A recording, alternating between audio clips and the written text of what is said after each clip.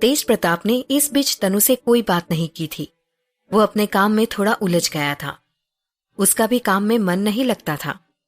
उसे डर था कि ज्यादा बात करने या मिलने से शायद वो तनु की तरफ आकर्षित ना हो जाए। दादू उसे डेनमार्क तनु को लाने को कह रहे थे और तेज प्रताप उन्हें अपने काम का बहाना करके मना कर देता था। तनु का बहुत मन होता था कि उससे फोन पर बात करे, पर बार बार वो अपने आप को रोक लेती थी। हर बार कॉन्ट्रैक्ट की शर्तें बीच में आ जाती थी। इन दिनों में तनु ने खाना पीना और कम कर दिया था। वो ज्यादातर घर के गार्डन में झूले पर बैठकर किसी सोच में गुम हो जाया करती थी या कुछ समय के लिए घर के पास वाले गार्डन में चली जाती थी। उसका मन पेंटिंग बनाने में भी नहीं लगता था।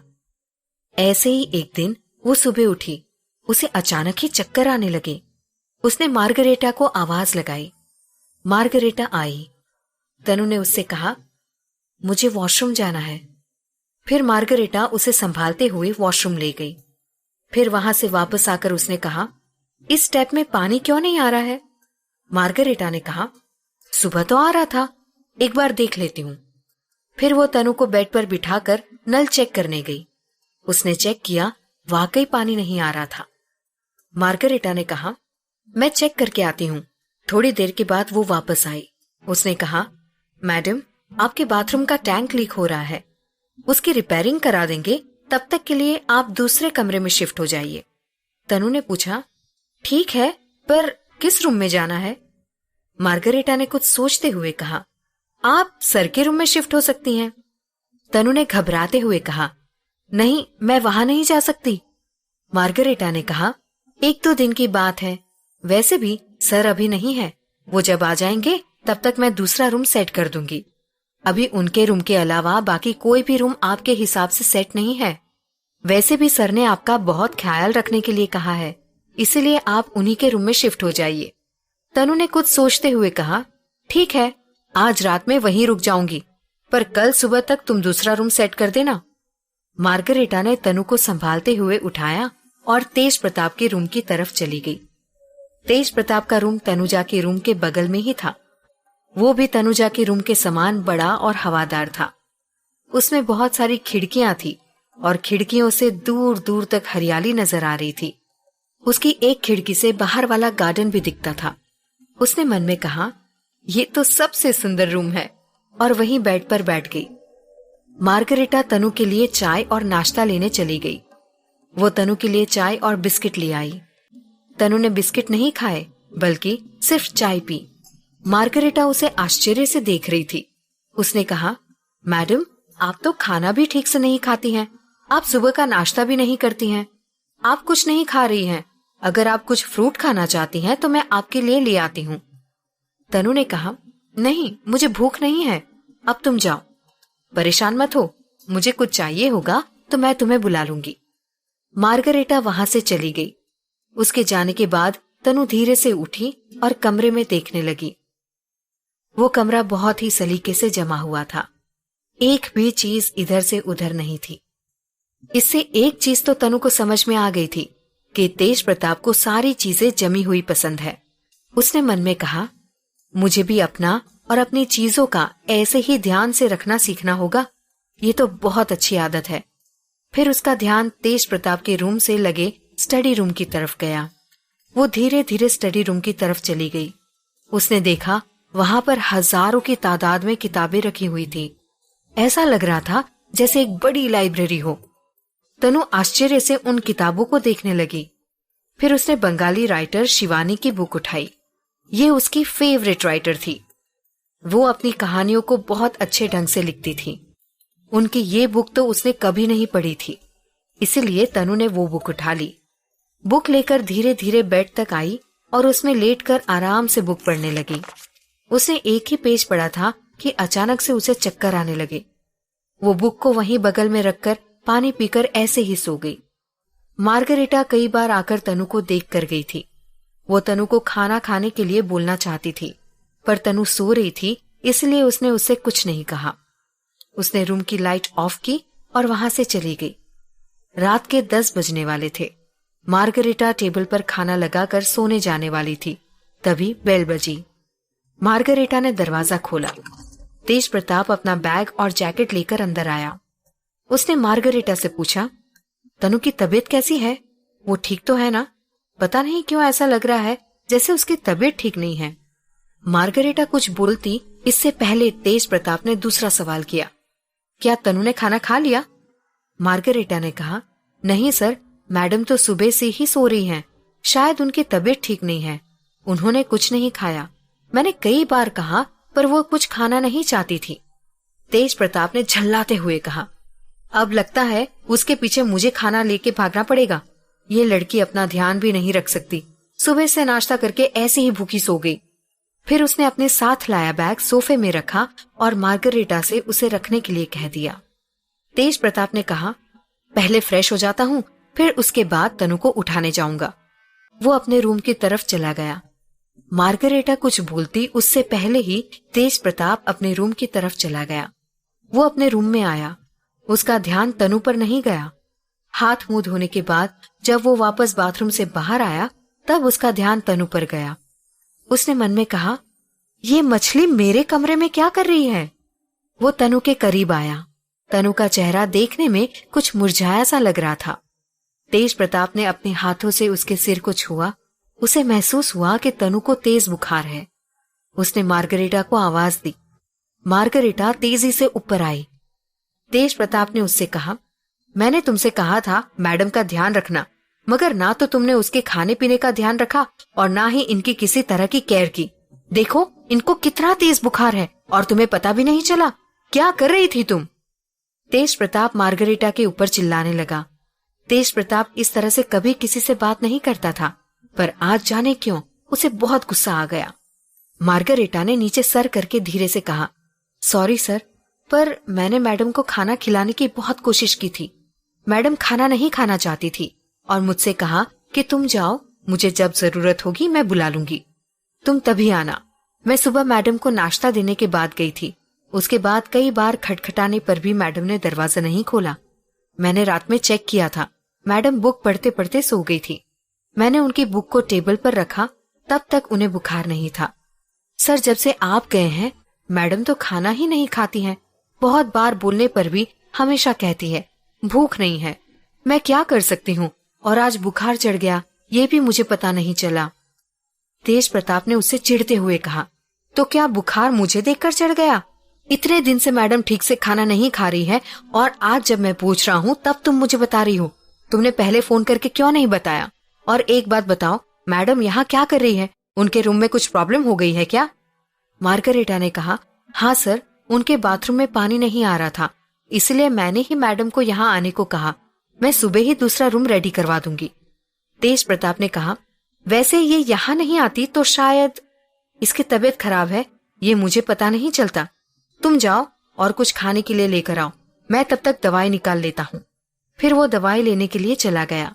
तेज ने मन में सोचा, ये लड़की कितनी लापरवाह है, इसे अपनी बिल्कुल भी चिंता नहीं है, ना खाने की ना पीने की। अजीब लड़की है ये।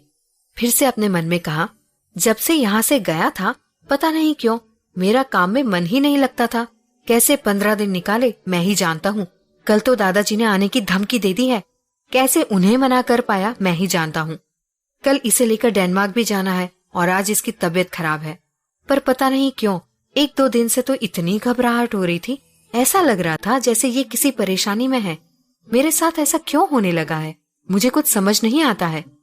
मार्गरेटा खाना लेकर आई और वहां टेबल पर रखकर वापस चली गई। उसके जाने के बाद तेज प्रताप सोचने लगा, अब तनु को कैसे उठाऊं? उसने तनु को आवाज लगाई, जिससे वो उठ गई। तनु की हालत देखकर तेज प्रताप ने कहा, अपने आप को देखा है, क्या हालत कर ली है अपनी, और वैसे भी डेनमार्क जाना है। तुम्हें दादाजी इस हालत में देखेंगे तो पता नहीं मुझे कितना सुनाएंगे। वहां तुम्हारी तबीयत खराब नहीं होनी चाहिए, और ये चक्कर वक्कर तो बिल्कुल नहीं। मैं वैसे भी तुम्हारी बहुत सेवा कर चुका हूँ, वहां बिल्कुल नहीं करूंगा, समझी तुम? तनु उसकी तरफ गुस्से में देखती रही, पर कुछ बोली नहीं। फिर उसने देखा तेज प्रताप ने अपने कपड़े पकड़ रखे थे। शायद उसके सामने कपड़े पहनने में उसे शर्म आ रही थी, इसलिए वो धीरे से उठी और अपने रूम की तरफ जाने लगी। तेज प्रताप उसे जाते हुए देख रहा था, पर उसने उससे कुछ नहीं कहा। उसने अपने कपड़े पहने और फिर अपनी फाइल लेने के लिए टेबल के पास आया। उसने वहां शिवानी के नॉवेल को देखा। उसने मन में कहा, अच्छा तो झांसी की रानी को शिवानी के नॉवेल पसंद है। वो फाइल लेकर नीचे डाइनिंग एरिया में चला गया। उसने मार्गरेटा से कहा, आज हमें डेनमार्क के लिए निकलना है। मैं घर जल्दी आऊंगा। तुम्हें भी मैडम के साथ वहां चलना है। तुम उनका खास ध्यान रखना और इस बार गलती नहीं होनी चाहिए। जाओ, उनके लिए अभी जूस और नाश्ता लेकर उनके रूम में चली जाओ।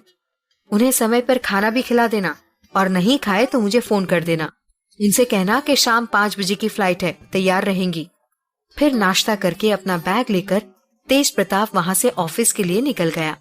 वहीं तनु अपने कमरे में बैठकर गुस्सा कर रही थी। उसने सोचा, कितना खड़ूस है ये। एक तो मुझे चक्कर आ रहे थे, ऊपर से मुझे इतनी बातें सुना रहा था। खुद के तो खाने पीने का टाइम है नहीं। सुबह नाश्ता करता है, उसके बाद खाना खाना इसे याद नहीं रहता। खुद को नहीं देखता कि हालत कैसी हो गई है। अब जब मुझे भूख लगेगी मैं तभी खाऊंगी। इतने दिन से यहाँ अकेले भूत जैसी रही हूँ। मैंने तो कोई शिकायत नहीं की। यहाँ मार्गरेटा है और बाकी के नौकर भी हैं, पर सारे के सारे अंग्रेज की औलाद। एक को भी हिंदी नहीं आती। किससे बात करूंगी? बात नहीं करती हूँ तो मेरा खाना भी हजम नहीं होता है। और वैसे ही बड़बड़ाती रही। फिर वो उठकर नहाने के लिए चली गई। जब वो नहाकर आई तो उसने देखा मार्गरेटा उसके लिए नाश्ता लेकर इंतजार कर रही थी। तनु ने आश्चर्य से देखा, अभी तो 10 बजे हैं, इतनी जल्दी मुझे नाश्ता नहीं करना है।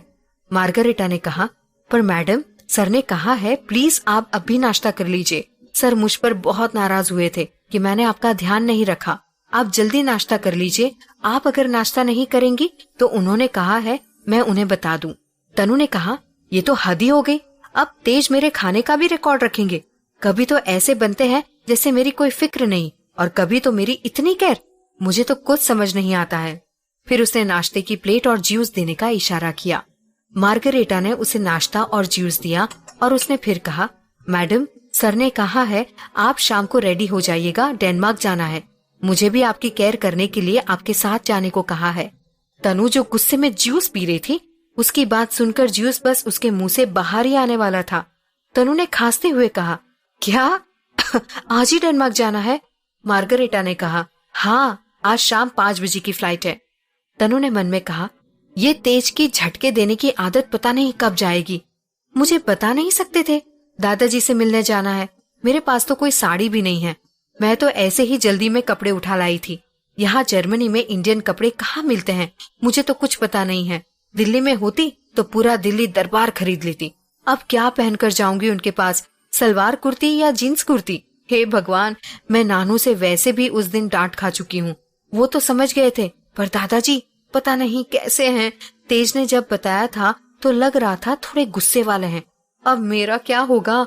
और तेज, उसे तो कोई फर्क नहीं पड़ता, मैं कुछ भी पहनकर जाऊं, पर डांट तो मुझे ही सुननी पड़ेगी ना। वो कुछ सोचते हुए नाश्ता करने लगी। फिर उसने सोचा, अभी तो तेज ऑफिस नहीं पहुंचे होंगे, उन्हें तो 1 घंटा लगता है, तो फोन लगाकर पूछ लेती हूँ। वो तेज प्रताप को फोन लगाने से थोड़ा घबरा रही थी, पर उसने तेज प्रताप को फोन लगा दिया। तनु का फोन आ रहा था, ये देखकर तेज प्रताप ने कहा, अभी तो घर से निकला हूँ, अभी इसे क्या काम याद आ गया? उसने फोन उठाकर कहा, हेलो। तनु ने फोन तो लगा दिया था, पर उसे घबराहट भी हो रही थी। तनु ने घबराते हुए कहा, तेज? नहीं, तेज प्रताप जी। तेज उसकी घबराती हुई आवाज पर हंस दिया और हंसते हंसते उसने कहा, तुम मुझे तेज कह सकती हो, ज्यादा फॉर्मेलिटी निभाने की जरूरत नहीं है। तनु ने घबराते हुए कहा, वो शाम को डेनमार्क जाना है तो। उसके शब्द गले में ही अटक गए थे, वो आगे नहीं कह पा रही थी। तेज प्रताप ने कुछ देर सोचा, फिर कहा, कुछ भी पहन लेना, दादाजी कुछ नहीं कहेंगे। तनु ने मन में सोचा, क्या ये कोई मन पढ़ने वाला अंतर्ज्ञानी है? इसे कैसे पता चला मैं क्या पूछना चाहती हूँ? तनु ने हड़बड़ाते हुए कहा, ऐसे कैसे? वो बड़े हैं, मेरे पास एक भी साड़ी नहीं है, मैं ऐसे मिलने नहीं जाऊंगी। तेज प्रताप ने आश्चर्य से कहा, व्हाट? तुम साड़ी पहनना चाहती हो? वहां तो रूपा भाभी को भी मैंने साड़ी में नहीं देखा, वो बस मिनी और मीडी ही पहनती है। तनु ने आश्चर्य से कहा, ये रूपा भाभी कौन है? तेज प्रताप ने कहा, अभी वहां बहुत सारे लोग हैं, सबसे मिल लेना। इस बारे में कुछ जरूरी बात भी करनी है, पर अभी नहीं, घर आके करूंगा। तुम कपड़ों का टेंशन मत लो, कुछ भी पहन लेना। अच्छा, कुछ और भी पूछना है क्या? तनु ने कहा, वो अच्छा कुछ नहीं पूछना है। तेज प्रताप ने कुछ सोचते हुए कहा, ठीक है, तो मैं फोन रखता हूँ। तेज प्रताप ने मन में कहा, चाहता तो मैं भी था कि तुम साड़ी पहनकर चलो, पर मैं नहीं चाहता कि सब तुम्हारे दीवाने हो जाए और तुम्हें पसंद करने लगे। यदि ऐसा हुआ तो ये कॉन्ट्रैक्ट तोड़ना बहुत मुश्किल हो जाएगा। और दोनों ने फोन रख दिया। तनु ने बड़बड़ाते हुए कहा, अजीब है ये बिल्कुल, दादाजी तो मुझे सुनाएंगे ही, इसे कोई कुछ नहीं बोलेगा। अब तो और भी जरूरी है, वहां पता नहीं कौन कौन है, पर शिल्पा ने भी तो कुछ नहीं बताया। क्या करूं, कुछ समझ नहीं आ रहा। सलवार कुर्ती भी तो एक भी वहां जाने लायक नहीं लग रही है, और ये कंजूस मक्खी चूस इतना भी नहीं बोल रहा कि तुम्हारे लिए नए कपड़े ले लेता हूँ। हे भगवान, कितना कंजूस है ये मेरे लिए। किससे कहूँ मुझे क्या चाहिए। फिर वो उदास होकर बैठ गई। तभी उसके पास नानू का फोन आया। तनु ने फोन उठाकर कहा, हेलो। उसकी आवाज सुनकर नानू समझ गए थे कि तनु उदास है। उन्होंने कहा, क्या हुआ? मेरी बेस्ट फ्रेंड कुछ उदास लग रही है। क्या मोंटी ने तुम्हें परेशान किया? देखो, मुझसे कुछ मत छुपाओ, मैं उसकी अच्छी खबर लूंगा। तनु ने उदास होते हुए कहा, नानू, वो आपके फ्रेंड दिग्विजय जी, मतलब दादू, क्या बहुत गुस्से वाले हैं? मुझे आज डेनमार्क जाना है उनसे मिलने। नानू ने कहा, अरे वो तो बहुत गुस्से वाला है, देखा नहीं, अभी तक उसने मुझसे बात भी नहीं की है। क्या हुआ मेरी गुड़िया, तुम घबरा क्यों रही हो? तनु ने कहा, नानू, वो आपके मोंटी कहते हैं कि रूपा भाभी मिनी मेडी सब पहनती हैं, तो मैं भी कुछ भी पहन के उनसे मिलने जा सकती हूँ। आप ही बताइए, मैं ऐसे कैसे मिलने चली जाऊं? नानू ने कहा, तुम क्या चाहती हो? देखो, जिसमें तुम कंफर्टेबल ना हो वो तो बिल्कुल भी नहीं पहनना चाहिए। मोंटी तो इन सब पर ध्यान नहीं देता है, पर वो खड़ूस दिग्विजय जरूर देगा। अब तनु समझ गई थी कि नानू उसके मन की बात जान गए हैं, तो उसने कहा, नानू, वो मुझे साड़ी पहननी थी, मुझे बहुत अच्छी लगती है। मैं मम्मी की साड़ी पहन पहन कर देखा करती थी, इसीलिए पहननी भी आती है, पर मेरे पास एक भी नहीं है। आपको पता है, जब मैं जर्मनी आ रही थी तो आपके मोंटी ने रात में 11 बजे बताया था कि कल जर्मनी जाना है। आप ही बताइए, तैयारी कैसे कर पाती? नहीं तो मैं एक आध दो साड़ी ले आती। अब यहाँ किससे कहूँ कि मुझे साड़ी चाहिए? नानू ने कहा, तुम परेशान मत हो, मैं मोंटी से बात करता हूँ। तनु ने घबराते हुए कहा, नहीं नहीं नानू, बिल्कुल फोन मत करना, वो मुझे डांटेंगे कि मैंने आपसे शिकायत की है। नानू ने कहा, मोंटी ने तुम्हें तंग करना अभी तक छोड़ा नहीं? फिर कुछ सोचते हुए नानू ने कहा, मुझे पता है, वहाँ तेरी सास की बहुत सारी साड़ियाँ अभी भी रखी होंगी। मैं दिग्विजय को अच्छे से जानता हूँ, वो उसे बहुत चाहता था। उसने अपने बेटे और बहू का एक एक सामान संभाल कर रखा होगा। अभी तो तुम सलवार कुर्ती में चली जाओ, पर वहाँ तुम वही पहनना जो तुम्हें अच्छा लगे। मोंटी की बात तो बिल्कुल भी मत सुनना, उसे क्या पता दिग्विजय को क्या पसंद है। तनु ने खुश होते हुए कहा, आपने तो मेरे दिल की बात कह दी, थैंक यू नानू। अच्छा, मैं फोन रखती हूँ। फिर दोनों ने फोन रख दिया। तनु ने अपना बैग खोला और उसमें से कपड़े निकाल कर देखने लगी। उसने लगभग सारे कपड़े फैला दिए थे, पर क्या पहनकर जाना है वो सोच ही नहीं पा रही थी। फिर उसने उनमें से येलो कलर का पटियाला निकाला और अपनी माँ के दिए हुए इयररिंग्स निकाले। फिर बैग में वापस सारे कपड़े जमा कर रख दिए। दोपहर को लगभग 3 बजे अरुण का फोन आया। उसने कहा, तनुजा मैडम, आप तैयार हो जाइए, मैं आपको लेने आ रहा हूँ। तनुजा को आश्चर्य हुआ, कहीं उसे अकेले तो नहीं जाना है। फिर वो जल्दी से तैयार हो गई। मार्गरेटा ने भी अपना सारा जरूरी सामान पैक कर लिया था। तनु बेसब्री से हॉल में टहल रही थी। उसे दादाजी से मिलने को लेकर घबराहट भी हो रही थी।